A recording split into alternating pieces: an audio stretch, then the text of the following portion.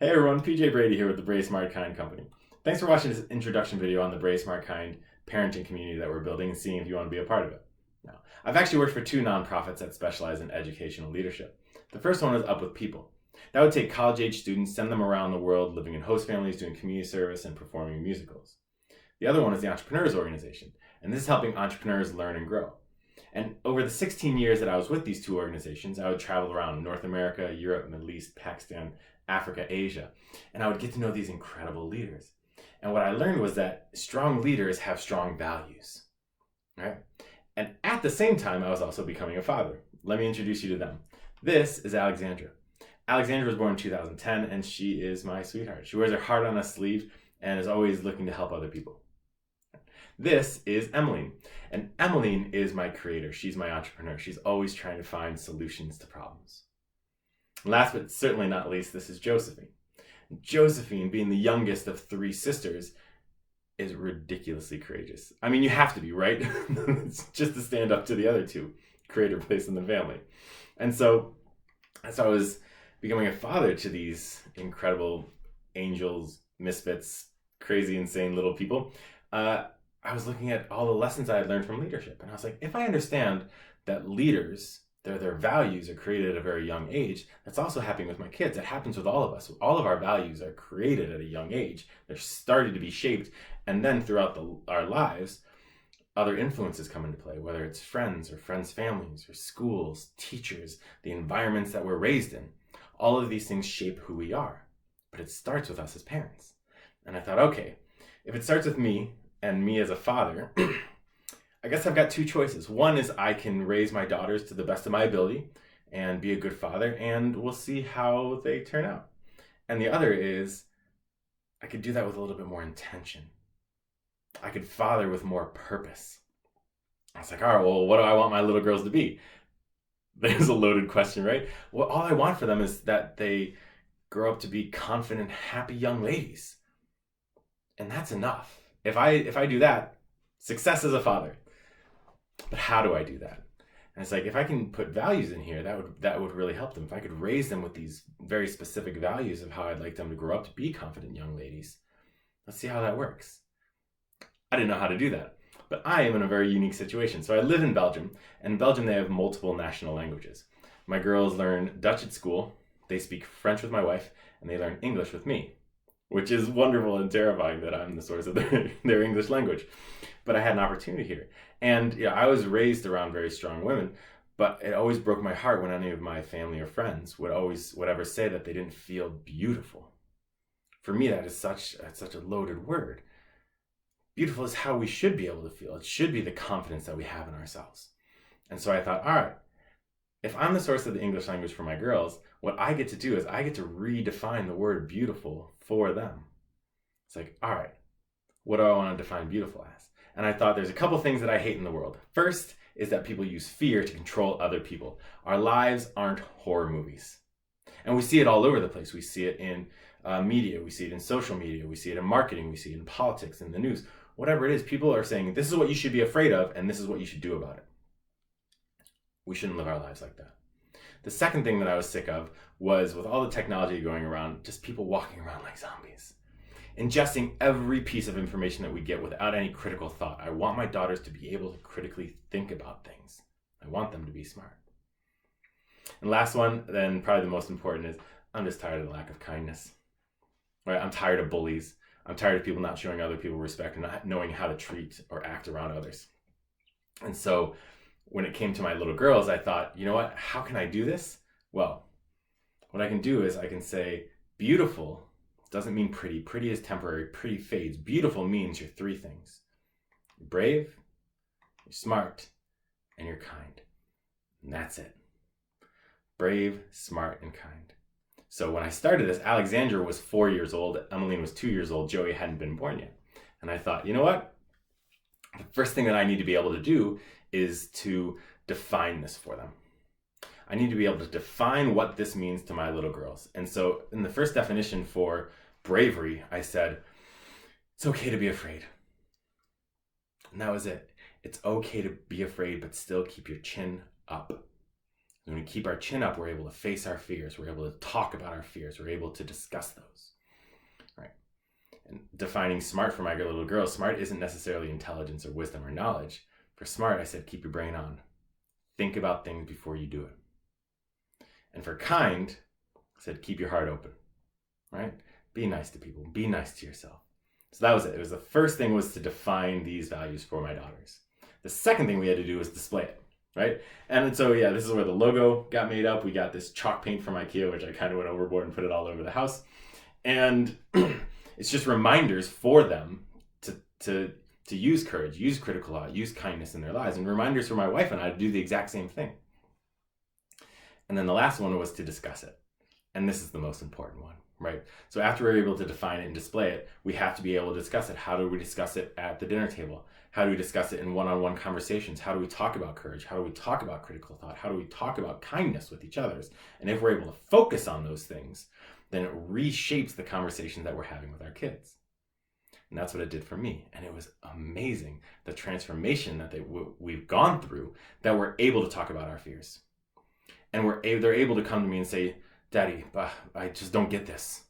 And they're able to come to me. Emily came up to me and said, Daddy, what if I just don't feel kind in my heart? She was having a tough day that day.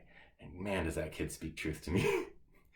How often do we have that too, where we just don't feel kind in our heart, and yet we're supposed to treat others with kindness and treat ourselves with kindness? That's difficult. These are hard conversations. And to be able to have those conversations with my children has been a game changer. All right, so we were able to define them, display them, and discuss them. And then some really cool things started happening. We were watching the classic movie channel, and this one came on, Wizard of Oz. And in their journey to go to see the Wizard of Oz, Dorothy meets three characters along the way. The Cowardly Lion, who wants to have courage, the Scarecrow, who wants to have a brain, and the Tin Man, who wants to have a heart. And I was like, whoa, there's a coincidence right there. Brave, Smart, and Kind are in these characters. Strange. And then we kept reading our books. Any Harry Potter fans? How about these three? Harry always has to confront his fears in every single book that he comes up against. Hermione is the know-it-all. She's by far the person who saved their butts the most. And Ron is Harry's family. He's his friend. He's the loyal one who's always there for him. Watching Toy Story 3. Andy describes Woody. He says, he's been my pal for as long as I can remember. He's brave like a cowboy should be, and he's kind and smart. It kept coming up everywhere that we would see in these books and in these movies. But then I also I'm a student of leadership. And where it also comes up is in these incredible leaders. Martin Luther King Jr. and how he treated people and how he put a value on education and how the courage that he had to overcome all of his fears to be able to do that and how he talked to other people about that. It was amazing. Nelson Mandela, same thing. He used to smuggle books into prison. Gandhi's known for nonviolence. He put a huge emphasis on education and making sure that people have that access to education. It's in all of our real life stuff too. And where does that come from? We look back into antiquity. This is Plato, who's coming up with all of the moral qualities of men, right? This is Confucius. Both of them said compassion, courage, and wisdom. Those are the fundamental values of man and women. So this isn't just a new thing where you just see it in movies and books. This has been going on for thousands and thousands of years, which is probably why it was so easy for me to come up with, say, I want brave, smart, and kind to raise my daughters with, was just because it's almost like we've been pre-programmed. This is inside of us.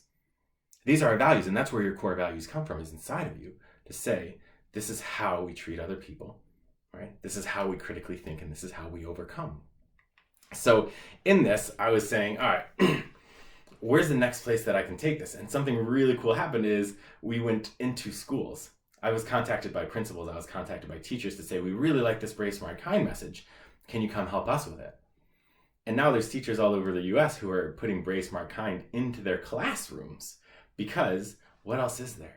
We want to be able to teach kids how to overcome. We want to be able to teach kids how to critically think, and we want to teach kids how to treat others and how to treat themselves.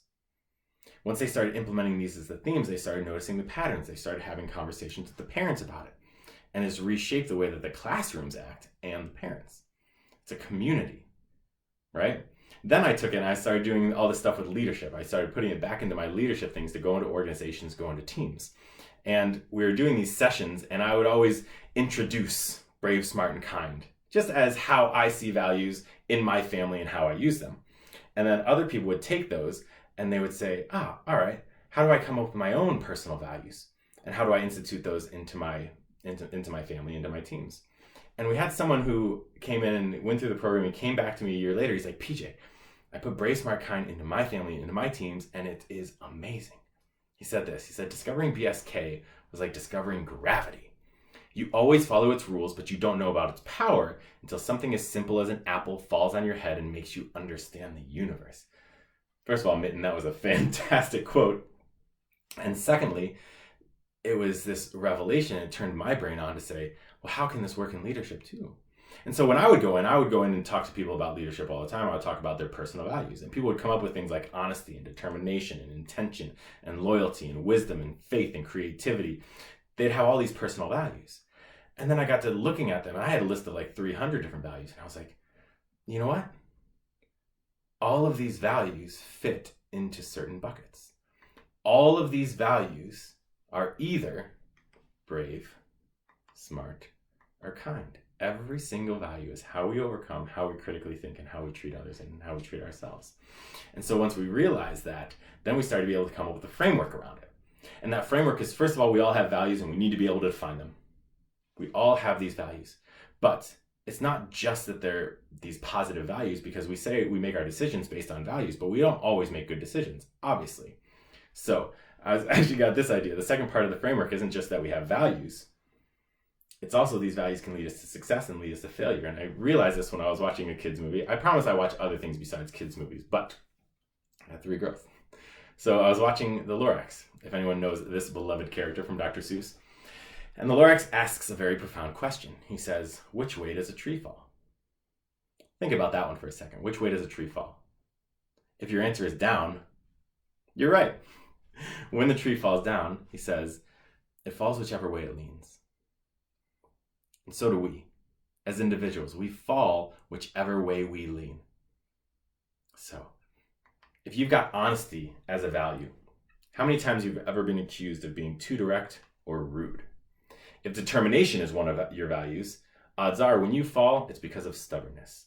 Intentionality, you can be accused of being manipulative. If you're too loyal, you can have blinders on. Any value taken to an extreme can become a negative value. Let's look at our brave, smart, kind stuff. Can you be too brave? Of course you can be too brave. And when you are, you become reckless with people's money, with relationships, with decision making. What about too smart? If you're too smart, you can be an insufferable know-it-all. That can lead to a very egotistical lifestyle. And can you be too kind? Of course we can. If we don't think about others, or we think about others and not ourselves enough, we can become weak, we can get walked on. And we know people like that. We've seen it. So from these values, the second part of the framework is we have negative values. So number one is we have to be able to define our values. The second is we have to realize what our negative values are. And the last step is we have to understand, once we take those values to a negative extreme, how do we pull ourselves back? And that's what something I call the reciprocity of values, that all of these values lean on each other and depend on each other to keep us into balance. And if we're able to define our values and understand our negative values, know how we succeed, know how we fail, then what we can do is we can act with more intention from those and realize what we need to do to pull ourselves back. And that's the framework that we go through. And so when you start looking at this from a parenting perspective, we say we want to raise brave, smart, and kind kids. We want to raise kids with values. But if we don't know our values ourselves, then that becomes very difficult to do. We have to be able to understand what our values are. So I've been going through this journey, and the biggest surprise was how it's changed me as a parent. And I want to be able to share that with other people. So in doing that over the past 7 years or so, I've collected those stories and putting them together in a book, Raising Kids to be Brave, Smart, and Kind, and How We Parent with Purpose, which hopefully will be coming out in early 2022. And the other thing we're doing is we're saying, you know what?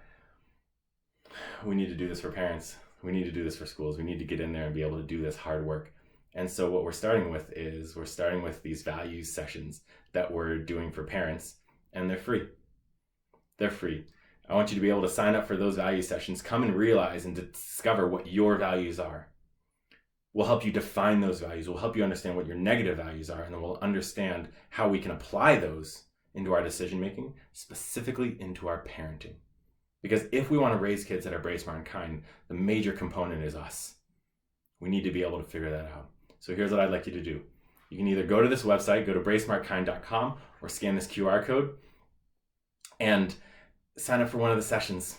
Sign up for the newsletter, right? Come be part of this community that we're building so that we can understand and we can discover this together.